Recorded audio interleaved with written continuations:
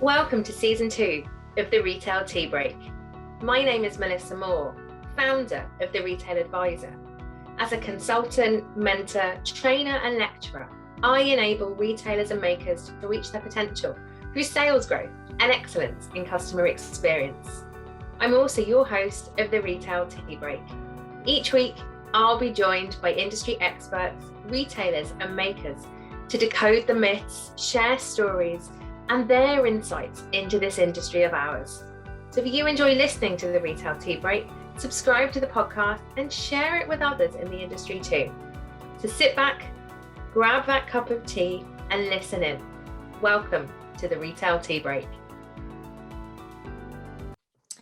Today, I'm joined by a creative entrepreneur who's introduced us to an incredible character and his sister who educate children in Irish heritage and wildlife in a fun way through an incredibly popular book series, as well as toys, online resources, and app, and is currently working on a TV animation series. Imogen Leeson from Johnny Magory. Welcome to the Retail Tea Break podcast. Hello, Melissa. Thanks a million for having me. I'm absolutely thrilled we've finally managed to do this. So I need to say up front, I've been a buyer. I have bought the books in the past, both from my niece and friends' children, and they've loved them and I've loved them. So just want to get it out there. I'm a bit of a fan. But Camille, before we kick off, in the time that it takes to boil a kettle, which I'm told is about 2 minutes, tell us about you and the business. Yeah, okay. So I am from County Kildare. I have a corporate background, but had a fantastic childhood, and that's where this all spent from, I suppose. So when I was small, Daddy used to tell us stories about Johnny Magory from the old Irish rhyme, myself and my sisters and my brother, and we basically told him in a way that were real. So then kicked forward a couple of years, I had my daughter Lily when I was 18 and scribbled down a few of the stories. And then kicked forward another few years, life got in the way and I made a career for myself, basically. And coming up to my 30th, then Mum said, would you not do something with the book? So I self-published with no intention of anybody ever reading or looking at these things other than Mommy, Daddy and the kids. And anyway, it just kind of started rolling from there. The women in the office were asking me, could they buy the book? I was mortified, going, no, I'm not a writer. But anyway, my sister set up a Facebook page and yeah, just I got bitten by, oh, this is so cool. The feeling of having a book in your hand that your name is on, and went and did another 2 or 3 more and then ended up leaving my career in Kerry Group at the time. And yeah, set up Johnny Magory and went gun ho. So it's gone from strength to strength, thankfully. We're now on book 13. 14's just gone to the publisher or to the editor there now. And yeah, we've got toys, and then we got funding from Screen Ireland to make the TV animation series as well last year. So we're doing that with Alex Studio and stuff. But yeah, it's been fun. So. Good grief. You make that sound like you did all this literally over a cup of tea. It just sounds phenomenal. That first bit, and I know you're obviously still so busy working, I suppose, in the real world, I want to say, working for corporate. What was that journey like for the first bit? So I suppose you started off with the book. The book came from the stories you'd heard as a child. You knew there was a need there from your direct family, but what was that like then when, hang on, other people started to go, I'll buy that too? It was mad. So I had no confidence. My background, like, it's HR basically. So I was never a seller or anything. Anytime actually I did spend in a call center in my very, very early working life, I was quickly taken off the phones because I was shite. But anyway, I was just so delighted that when I decided to make the book, I spoke to Dolores Keaveney, who is an Irish self-published author and illustrator. Actually, she's brilliant. But she was going to illustrate the books initially for me, but she couldn't in the end. But she, I suppose, mentored me through the whole process. And she was like, if you're going to make this book, and she was just like, and you have a wage behind you, do it properly, like, get a professional product. She was like, so go to an editor. And I was like, I don't need an editor, there's only a couple of 100 words. And she was just like, no, I'm telling you, go to an editor. And sure as day, that has been the biggest thing, so at least when I was handing this over, I was like, thank God nobody's seen the original tripe that I had written down, like, because they're in rhyme and it was all over the place. I didn't know anything about it back then, but just, I suppose, from her kind of pushing, going, make it professional, get it printed in Ireland, have a good quality, get your ISBN number, have a barcode on it. And I was like, I don't need a barcode, I'm never going to sell this. And she's like, I'm telling you, if you're doing it, just do it properly. And it was the biggest thing, I think, then, because I had no confidence in me as a writer. But then I suppose when people started picking it up and they're like my child loved it, God, they're so into it because it's so relatable and the language is so normal in it, and kind of that just I don't know, that kind of spurred me on then, I suppose, to went and do the second one then, you know, like, so, and it kind of just kept just people just coming back and saying, you know, they liked it and it was good. And then I think because I knew on the back of it, then I was like, this is actually a professional product, you know, like I've paid that, it's not just, you know, a few pages stapled together type of thing, like, you know. Did you know what? That's a really interesting point. And I never would have thought, I didn't realize. That's amazing. So you started with an editor. So actually, even though you didn't have the confidence, as you say, you started out, the very first book was professionally produced. As you say, it looked well, it read well, the beautiful illustrations. It was a book. So regardless of your confidence level, you forced yourself to put something professional out. And do you think that really just forced the journey, because you'd started with this bar so high, whether you wanted it or not, that actually you had to keep that level of professionalism going forward? Definitely. Yeah. Now, like, it's the one thing I would always just say thanks so much to Dolores for, because I was just like, if it wasn't for her, this wouldn't have happened, you know, like at all. It wouldn't have been a thing, like, you know. So I think just, yeah, from the outset, just, I suppose, kind of putting in that extra few bob into it and having it professional, really, that meant such a difference. And it ultimately gave me confidence then in it to kind of keep going, you know, like, and then, like, I'd had the dream initially, like, this is 18 years ago now, we're talking, Lily's turning 18 this July, like, you know, but when I wrote down her stories for her that night, like, or whatever, like, when she was growing up, she was always mad into, like, Dora the Explorer and that, and I was always thinking, like, I have these little stories wrote, and Daddy made it so real for us when we were small, this character, and I was just like, why can't he be on telly and this? So, you know, like, the dream has kind of always been there, but then I think then, yeah, when I got the physical product and I had it in my hand and it was really good quality, I was just like, oh, okay, this mightn't be such a pipe dream, you know, like, after all, there might actually be something in it, you know. So yeah, so I think for anyone that's going to start, I think just kind of set a bar high, or just look at similar products, regardless of what field you're in or what category you're in, like, you know, look at similar products and try to have the quality there from day one. I think is big, you know. It's a brilliant tip. And I think it's incredible that gave you the confidence, like, because to know you now, to talk to you now, and to hear you talk about Johnny Magory, you'd never guess that you weren't confident way back when you started. So I do think the more professional the product from day one, you know, the better everyone feels about it, the easier it is to sell. And of course, you as well. So we started with the first book, and to bring us right up to date, like the amount of different pieces of the Johnny Magory world that you now sell, it is incredible. Like, the range has grown. How did you go from that first book to then start to develop the range and kind of grow it out? Yeah. So I had the stories written anyway, buckets of them.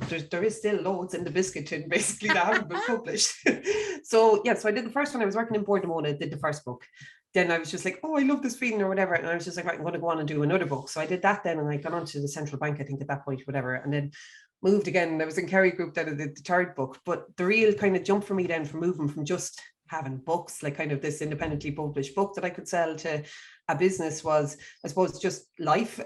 My eldest was at that stage going into junior cert, and then my youngest was starting in junior infants. So I kind of needed a bit of a change. I loved working in Kerry, absolutely adored it. But I suppose there was an awful lot of travel kind of involved with it. It was never anywhere fancy. It was like to meat factories down the country or in the UK, you know, but still there was an awful lot of going, you know yourself when you're in that kind of environment, like, you know. So I was like, there has to be something different here. So I went to the Leo, the local enterprise office, because I was like, okay, I like want to step back. I want to be at home more. I want to be with the kids, but I also want to run a business. So I come, like, my family are all entrepreneurs. So I'm the only one actually who had a proper job. but yeah, so I went to Leo, and they were like, do the start your own business course, you know, like, so, and I was doing it then with kind of two options. I was just like, either I'll go with these books properly, or if not, I'm going to be an organic vegetable farmer. Still a pipe dream. Ooh, but anyway, watch this space, people. We'll have Imogen back in a few years when that's come true as well. But I think though, I did know at that stage, I was like, okay, I have 3 books. It is a viable product. I paid then as well for a PR company coming up to the Christmas before I left Kerry, because I was just like, right, I hadn't got time to get a brand new book out, but I was like, I could put the 3 of them into a hardback, you know, like, and do a kind of a trilogy book and see does it work. So we ended up like on the front page or the second page of the Independent or whatever it was, and we got loads of press from it. So I was like, okay, this is definitely a viable product. So that's a really good tip there as well. Do you know what? Again, you're investing in the product and yourself by getting someone professional to do what they do best. That's it, like, you know, because then like a lot of people say it's an awful lot of money to pay for that, and I was just like, yeah, but like, it'll be an awful lot of money for me to just walk out and have no, like, you know, no job to kind of go to. Then, like, you know, I had wage or my salary or whatever it was at the time, like, you know. So I really think that was really money well spent. And again, it was just more validation and more confidence for myself then. So then when I did start on this Start Your Own Business course, like, even though like I have a degree in business management, but anyway, I think focusing on your product like that, you know, and those kind of courses, like, you know, and it's once a week and you have a bit of homework to do or whatever it is, like that definitely like left me with no shadow of a doubt. And I was like, no, this is it. I have a business. I'm just going to like have to like absolutely put my shoulder to the wheel and go and hold it, but it could work, like, you know. And that was definitely one of the biggest steps, I think, from going from just it being a product or a book or whatever into it being a business and a brand, you know. And then from that, then I've gone on to the Enterprise Ireland, the New Frontiers. And that was a huge game changer, because then I was like, okay, I'm not mad here thinking of all my big, huge grand plan, because everybody that's in those types of, you know, kind of incubator programs, they all have big, huge, mad grand plans, you know, like, so it's great to be in an environment with other people as opposed to just, you know, being at home with your husband or whatever. And he's just like, what are you on about? Like, that's never going to happen. You know, not that he's very supportive, like, you know, but, you know, I think to get into those kind of scenarios with those type of people around you is just, it's brilliant, because it gives you, again, more confidence and just opens up possibilities. And then you're talking to people who have done it, who have gone from, you know, just like making a ring or jewelry or whatever for themselves to then like having huge businesses or whatever it is, like, you know. So it's like, okay, this, like, there's something in this, we can do it, like, you know. Sounds amazing. And I think those courses, as you say, and I know you've done a few of them, that actually being around like-minded people who have that growth dream that you do, even if it's not in the same area or category, is really important, because I think it feeds you. And I think it also pushes you on in some respects, that it keeps the momentum going for your business. And I think it gives you good headspace. Definitely. Definitely. I can't say it enough. The female high flyers actually that I was on, the DCU one, that was brilliant, you know, like, because they were like, we were all kind of nearly at the same level in terms of where our business was. And it was just, I'm still to meet anybody who's like trying to sell children's books, basically, you know, like, but like, it's all like so different, but then it's brilliant. Like, it's such a, yeah, it just builds. It's like this whole energy, I think, that's around it. And like, you know, and it's brilliant. And then you're still friends with all the people on these courses, or like the Acorns group as well. That was fantastic as well. Like, you know, and can kind of just, like, only the other day, like, I was messaging one of the girls actually from the Acorn course, you know, going, oh, we're thinking of doing this, what do you reckon? Because I knew she'd done something similar before, and it's brilliant, like, you know, that's really such a help, like, as opposed to just sitting on your own thinking of all your mad grand plans and not really knowing where to go. It's quite a lonely process as well. So it's nice that actually you've got this massive network of people, of entrepreneurs, of like-minded people like yourself, that actually you can bounce ideas off like that. I've done it, you've done it, I'd highly recommend it, and I know you would as well, that it's definitely worth doing if you're sitting there on your own, or you have a small team like you do, that you need to be able to bounce ideas off people to grow the business, which is exactly what you've done. Definitely, yeah. So I think somebody said at the start, they were like, just treat these people as like members of your board, you know, like, this is sitting around the board table, you know. And kind of, you know, I was like, that's actually a really good way of seeing it, because, you know, it's brilliant to just bounce ideas. Yeah, I love it. So Camille, getting back to, we've got the books, and as you say, there's loads more to come of those. How do you jump to books then, to toys, to the app? How did you start to grow this range out? Yeah, so the big prize has always been the animation. As I said, like, that literally came 18 years ago, that whole idea of getting this person that should be the Irish Story Explorer and to, you know, or whatever, that's always been there. So I suppose then, like, I don't know, like, you know, people would say to you, oh, do your business plans and all that kind of stuff, like, but I'm quite visual, so I've like the board here in the office behind me, or if not, all of my notebooks, I don't have like ruled note papers, they're all just plain, you know, like, so I'll scribble and draw pictures of things, like, you know, but yeah, so I could always see that the animation was kind of like, say, like, up here, this was the big thing, we had our books here then, so then I was just like, right, well, it's going to be a couple of years before we get to that animation, which will then drive back around to sell more books, hopefully, you know, like, when it goes up. So then I was like, well, what else can I do in the meantime to build out this brand, you know, like, because it is a couple of years in the making, and we do still need to grow and continue making money and whatever it is. But so then I was just like, well, toys obviously I think kind of fit in nicely with books, you know, like, so we started then, you know, looking around, and of course, and you can see all these like cheapest chips crap that comes from China and stuff, like, you know, sorry, I don't mean to say that, but like, you know, like teddy bears and plastic toys and everything.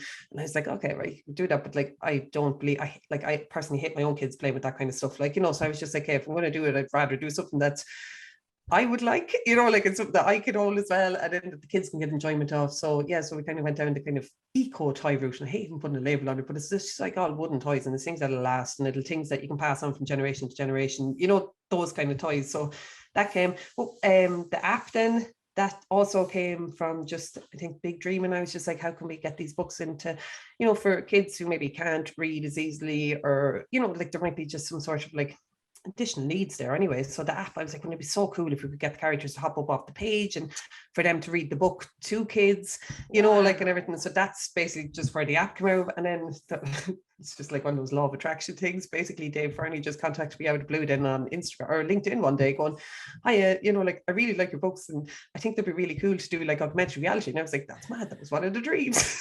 So anyway, so we just started working and got on great with that, and that came, but there's been loads along the way, you know, as well. Like, so I was like, oh, clothing brand would be deadly, you know, like organic clothing never worked. Well, I couldn't get it to work anyway at the time, and there was loads of other bits and bobs that, like, you know, like this would be cool, this will work, and it just hasn't. It's just been dead in the water. It's the same with some of the toys that like we designed and created, just never worked, and that's fine to drop them then and move on and try to find something new, or if not, keep going with your core. But yeah, but actually it's really good to hear you say that. Not that they didn't work, but actually it's really honest of you to say, hang on, we tried this, didn't work, we moved on. Because I think I've met so many makers that try something and put their heart and soul into it, as everyone does, but then they stick to the thing that doesn't work and they keep pushing that thing that doesn't work. And actually a year later, you've lost a year, you haven't actually grown the business anymore. The customer isn't satisfied with the thing that didn't work. And you kind of dug yourself a hole. But by the sounds of it with you, tried it, moved on. Yeah, and it's the one thing I think you just have to get over it, even though like some of the things I'm like, that is just so perfect, I love it, and this is different every year, but nobody else said so, build a bridge, I have to make money. You know, like, so yeah, but anyways, I think one of the things that is working for us then is like wholesaling, you know, like other people's products and stuff like that. Now it's something that we're trying, and you know, we're the plan is then as well to have like a proper bricks and mortar store as well come the end of the year, you know, like, so we're busy looking and trying to get that moving at the minute. So I'm like, okay, well, I can't just open the store for just Johnny Magory books as much as I'd love to, you know, like, but so again, it's going to be just trial and error and see actually what works, and trying to define then the customer that will come into the store, because it'll be a different customer in the store as opposed to the customer online, like, you know, but anyways, this is it. I think it's just learning to just drop it and then go with the flow.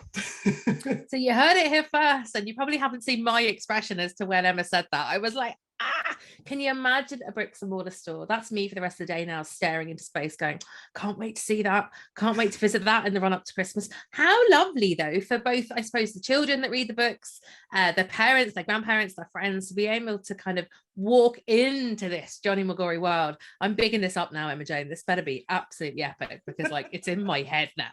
But how incredible that actually it's grown from the first book to now having this whole kingdom, as I like to call it, which is all encompassing. And I know there's something else special coming up in a couple of weeks, but we'll talk about that in a sec.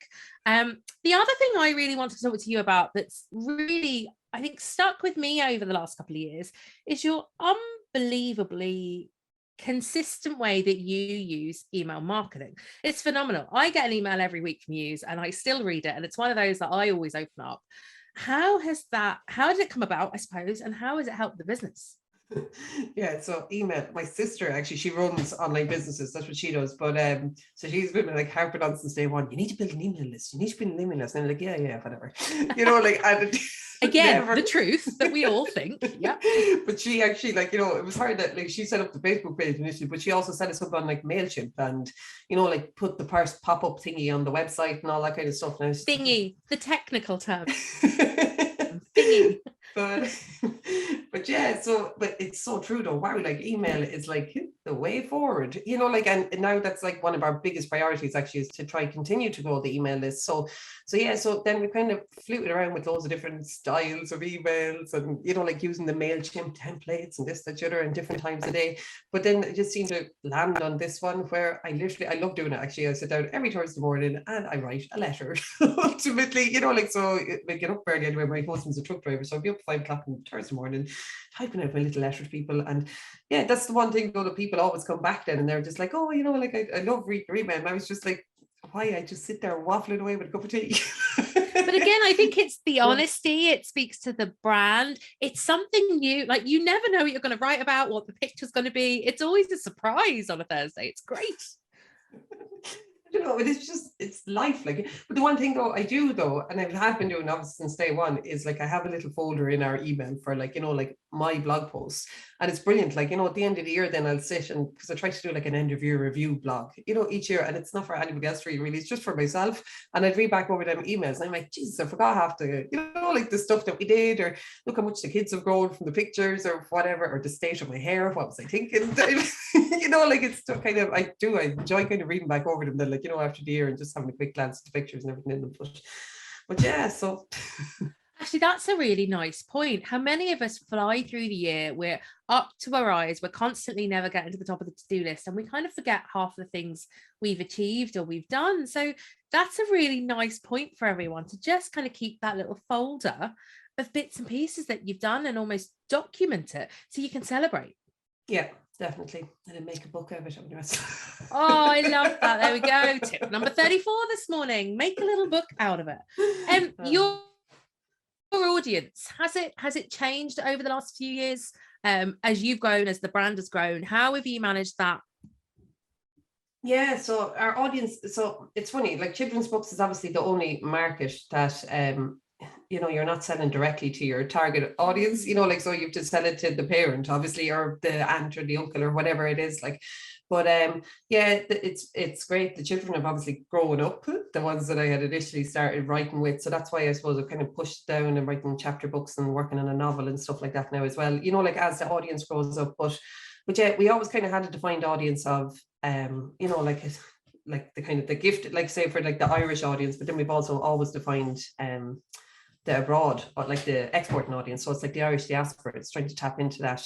These are books from home type of thing, you know, that. So I'm so delighted, actually. As of yesterday, we finally now have a US sales representative team now representing us across there. So I got the email last night, quickly opened a bottle of wine and was like, woohoo! Another exclusive. That's incredible. And so, I'd say, as you say, that's going to open you up to a whole other Irish market. Yeah, but I mean, that's after taking like 3 years now, basically. So I went to Boston, like on a trade mission with the Kildare Chamber and the Leo in 2019, I think it was. Wow. And you know, like, and like we went and did it, and I was like, this is brilliant. Now we're going to be all going home, and this is going to be kicked off in a month. And I had all of these grand plans. And you're like, nothing. I know, yeah, it's ridiculous. And I always do this. So I'm just like, it'll only take this amount of time. No, it won't. But yeah, so finally, like last night, like I was so delighted when I got the email. Like, he was just like, no, we're delighted to represent you and the whole lot. Like, you know, so that's somebody, well, it's a whole team on the ground over there for us now, you know, like starting to kind of go with them. So it's amazing. That's insane. That is incredible. But actually, your honesty again, that's taken 3 years. That's not an overnight. And I think, again, the audience or people out there in the industry think you've become an overnight success because they see everything now, but that's years in the making. Years, like donkey's years. My mother, even last night, she was just like, well, about time, you know. Anyway, I was just like, okay.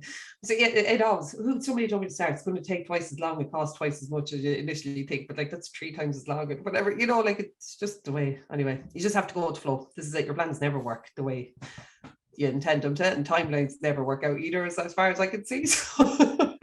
The honest truth this morning, absolutely. I've got to ask you as well, while I have you, we've obviously got Johnny Magory, the brand, but you, as the founder, as the central point in it, you've grown your own brand in some respects. So obviously the library gig that's now come up, which is incredible. Tell us a bit about your brand. And I suppose, has that happened on purpose, or is it just exploded out of everything else going on? Yeah, so I think that was actually something as well hard to get confidence around. So I tried then when I, you know, kind of when I was just like, right, okay, we're setting up this brand and we're going to go for this business. I was like, great, I'm just going to hide behind these books now, you know, like, and I'm going to let them sell themselves. And I quickly realized, no, they won't sell themselves. You know, like, and you could do 100 million social media posts or whatever it is of just product, but it's amazing because the ones then that have my big gapey face in it, like, you know, like they're the ones then that get the traction and the movement behind it. So I hated that. I really absolutely despised that at the start. I was just like, why can't these just like, why can't the brand just take off? And then I suppose I quickly learned then, well, no, it's not your story that actually sells the product. You know, that kind of way, like it's not just a generic product. It's not like it's a toothbrush or whatever, just sitting on the stand, like, you know, like it's you that's behind it. So yeah, so then I had to step up to the fore and, you know, I was like, okay, so not that I'm trying to work on my own brand, but I think I just quickly realized that, well, if my face isn't in it, then it's not going to move. And I have people to pay wages for and whatever it is. So we're just going to have to get over it. And yeah, so just been kind of I don't know. I think I am though Johnny Magory brand to a certain extent, except for I drink wine and he obviously doesn't. He's a child. So, like I think that's probably the only difference.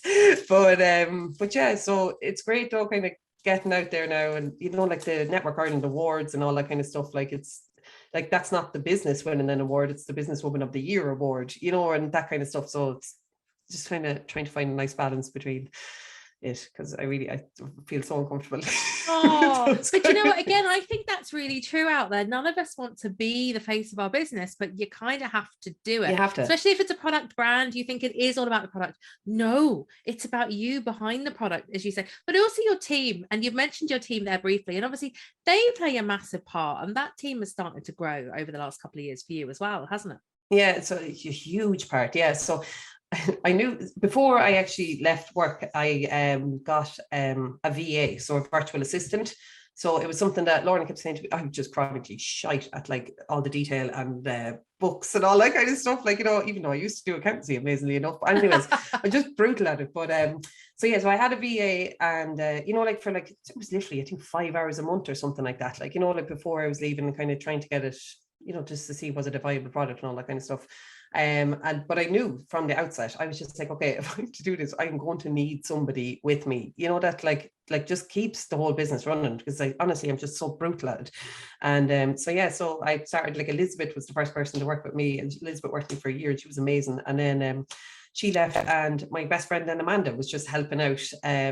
Coming up to Christmas, we were mad. We were after that gifted in the RDS, and it was really, really busy. So she was helping out for free, and then I was busy interviewing and advertising for this other role. And then I was like, hang on a second, why can't you do this? So she then, kind of stepped into the business then, and has, like, I'm not joking with you, just become the backbone. Like, Amanda, she's amazing. And we said from the outset, we were obviously best friends, that right, when we're in work, we talk about work, and if not, we don't. And it's worked, kind of, that's 3 years or 2 years now, Amanda's working here properly. And then Melanie came on board then to do social media, because again, it's another thing. It's just not to do social media, because like I've noticed, as I was saying, about the whole having your face there, if I'm not on it, it's like our whole engagement and everything drops, but it's more so just the kind of bigger, scheduling, making sure the photos are taken in of the kids with the products, and we all have this kind of new stuff. So Melanie came on board then, and she's been amazing, like just so good to have there. And we set up like content calls, the social media thing that we use and everything. And now my youngest daughter, or not my youngest, my eldest is she wants to do media in college, so she's now come in and she's like going to be the content queen. So she's out taking pictures of the kids there every day. Melanie's got on and got herself a graduate position. I'm delighted now as well in another place. But yeah, so we're looking now though properly for a proper marketeer. That's the next role that we're hiring, and I literally have the job spec here in front of me that I need to go advertising now. But I want somebody that really knows what they're doing when it comes to selling online, because we have just winged it. It's fun. So it's like, okay, like we need to either go get somebody in basically that knows what they're at. But yeah, I think just without that team, you're nothing. Like, it would still just be a book, like it's been fundamental since day one. But then I think having that pressure as well behind you is that, okay, well, you need to get off your arse now and make money so you can pay these people. It's been a great driver, like kind of keep you going. That's incredible. And I think you're dead right there. At the end of the day, you have to pay their wages. So you've got to keep this mammoth machine going. And I love it when you talked about like winging it with the sales there. I've got to ask you quickly before we finish up, the selling process, any sort, or are you just putting it out there and hoping someone buys? No, so I used to always just throw it out there and hope for the best, but no. And then I started when I was getting serious about it, like spoke to people like Joe Brown and everything, like, and like went to like our first trade show, and like they were the people, and they were like, no, if you're doing it, like you're going to have to get a system behind you to do it. Not a system, but like, they can't just like keep going, hi, hoping for the best.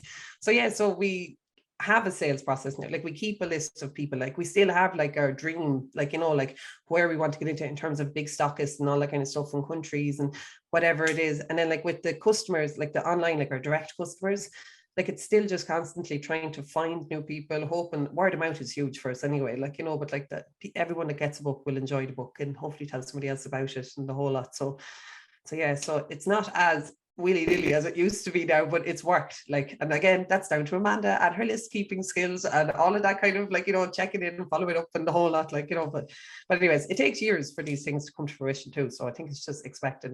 you know, It is. So you've given it time, but also you work so hard, Emma, you and the team. And I know that you're absolute grafters. None of this happens overnight. None of it comes easy. And I love your honesty about that. So as we finished up, I've got to ask, because I kind of know what the answer is to this question already. And I'm so excited for you.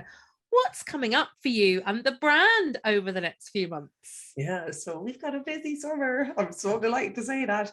So we're off to Bloom, finally. So Johnny Magory is going to have a big, huge explorer area in Bloom in the Phoenix Park over the June Bank Holiday weekend. And so and it's just sort of like we were meant to go, actually, was it 2 or 3 years ago? I don't know, whenever all the lockdowns happens anyway, we had this like deal set up. We're like, yes, we're going. And then it all stopped.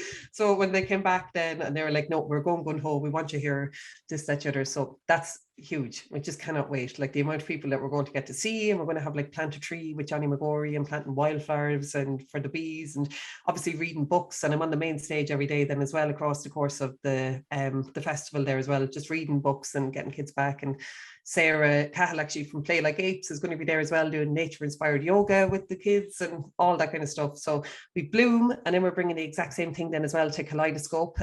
So cannot wait. We did Kaleidoscope actually 2 or 3 years ago, the very first one.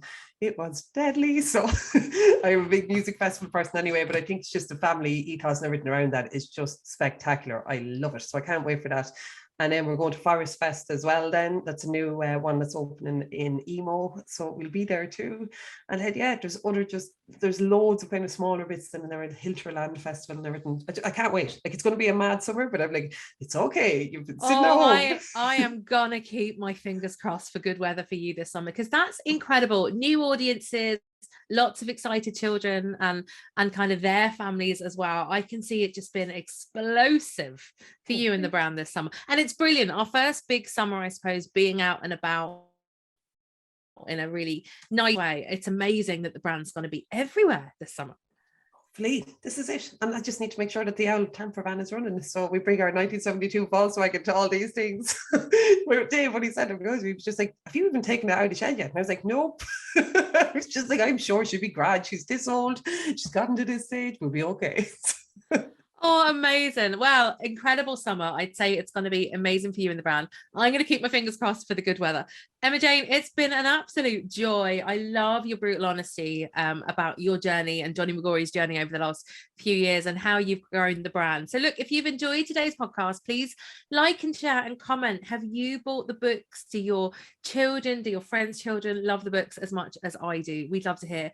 Connect, obviously, with Johnny Magory. Emma-Jane, give us the website address there before I mumble anymore. So it's johnnymagory.com. So JOHNNYMAGORY.com. That's where we are. Fantastic. And obviously across all different social media platforms as well. You can connect with Emma-Jane Leeson on LinkedIn too if you need to find her. So until next time, Emma-Jane, thank you so much for joining me today. And thank you. And I need to say the biggest thank you to you as well, because you are just like such an invaluable resource. You're amazing. You know so much. And like, you have actually contributed massively towards today. So thank you. Thank you. Thank you. Oh, you're very welcome. See you next time, everyone.